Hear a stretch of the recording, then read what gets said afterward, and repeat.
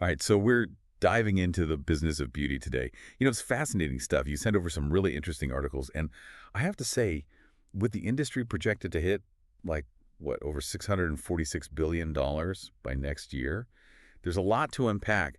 Where do we even begin with all this? Yeah, it is pretty incredible how much it's booming, right? It feels like every day there's something new. Yeah, And it really reflects, I think, on how we see ourselves, but also what we want as consumers, what we value. totally. And one thing that really stood out from these articles was, this article from Cosmetic Executive Women about these influencer beauty collaborations. It's crazy to think back to just like 2017, right? When Yeah. that YouTuber, what was her name? Graph 3 Yard Girl. She had that makeup palette and it sold out, like before it even officially launched, just pre-sale. Oh, yeah. I remember that. That was huge. And it's interesting looking back, because it marked a real shift. It wasn't just some celebrity attaching their name.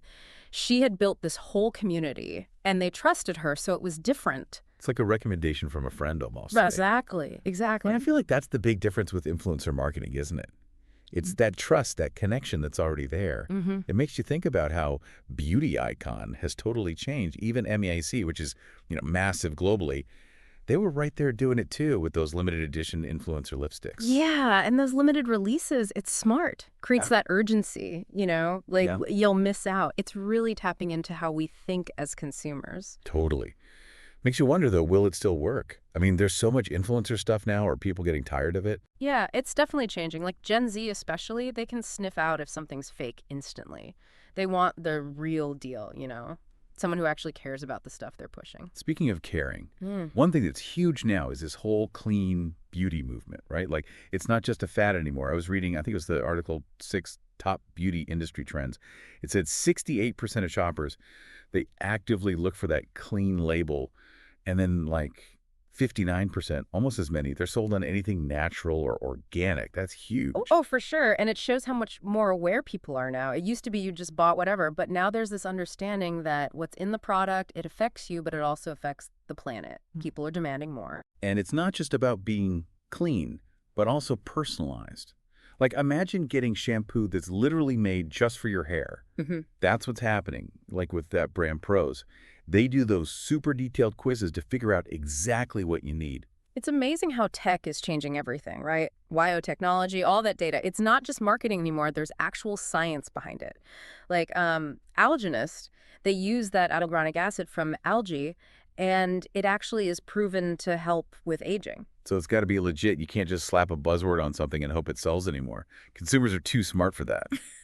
Yeah, it's like we're moving past those generic products to something that actually like gets you. And Mhm. it's not just for skincare either, right? Like where else could this personalized thing go in the beauty world? Well, that makes me think about this whole trend with men's beauty. It's exploding. Oh, for sure. That article about it in China, I mean, wow, $10 billion. And that was just last year. That's wild. It really shows you how things are shifting. Like what it even means to be a man is changing, especially for younger guys. It's Yeah. not taboo to care about how you look anymore. And brands are catching on, right? Like, it's not just the basics. I saw Chanel, even Tom Ford, they're marketing makeup to men now. That would have been unheard of a few years ago. Absolutely. I think it all plays into this idea that you can be who you want, express yourself, and that includes guys too. Makes you wonder, though, is that adding pressure, especially on kids growing up now?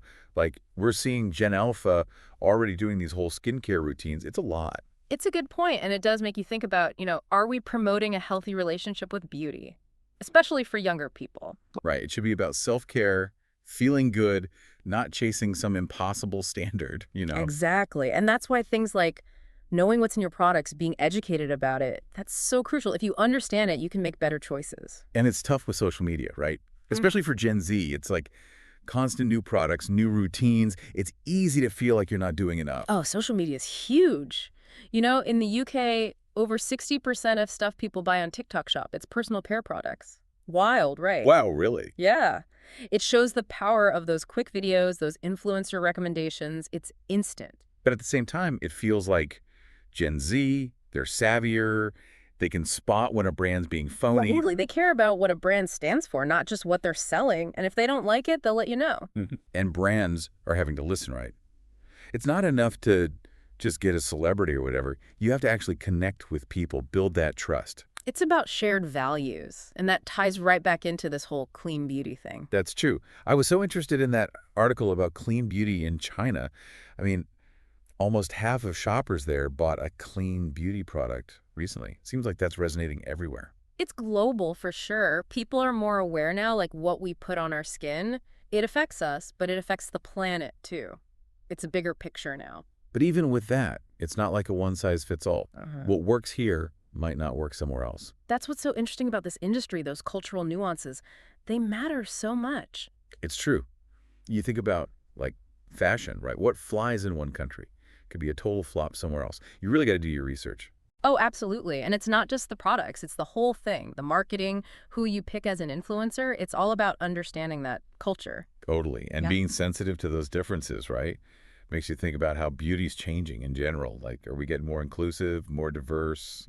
It's happening, but I think there's still a way to go. Yeah, for sure. One article I was looking at, they cited this McKinsey report, and it said that black-owned brands, they only make like 2.5% of the industry's revenue.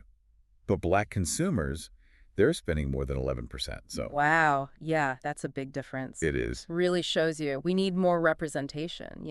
And not just like having different faces in ads, but like actual products that work for everyone, all skin tones, hair types, everything. Exactly.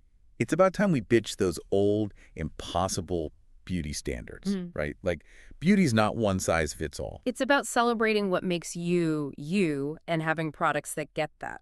So, where do we go from here? After all these articles, I'm like, wow, the industry's changing so fast. What do you think? What's next for beauty? Honestly, if I had a crystal ball, I'd be rich. But one thing's for sure, it's never boring. We've got these huge trends, influencer marketing, clean beauty, now personalization. Who knows what's next? Right. Will it be even more focus on, like, sustainability? Will tech change how we do our whole routine? I guess we'll have to wait and see. Exactly. That's the fun part. Well, on that note, I think we'll leave everyone with those questions to ponder. What do you think the future holds for beauty? Thanks for joining us on this deep dive. It's been a blast. Until next time, stay curious.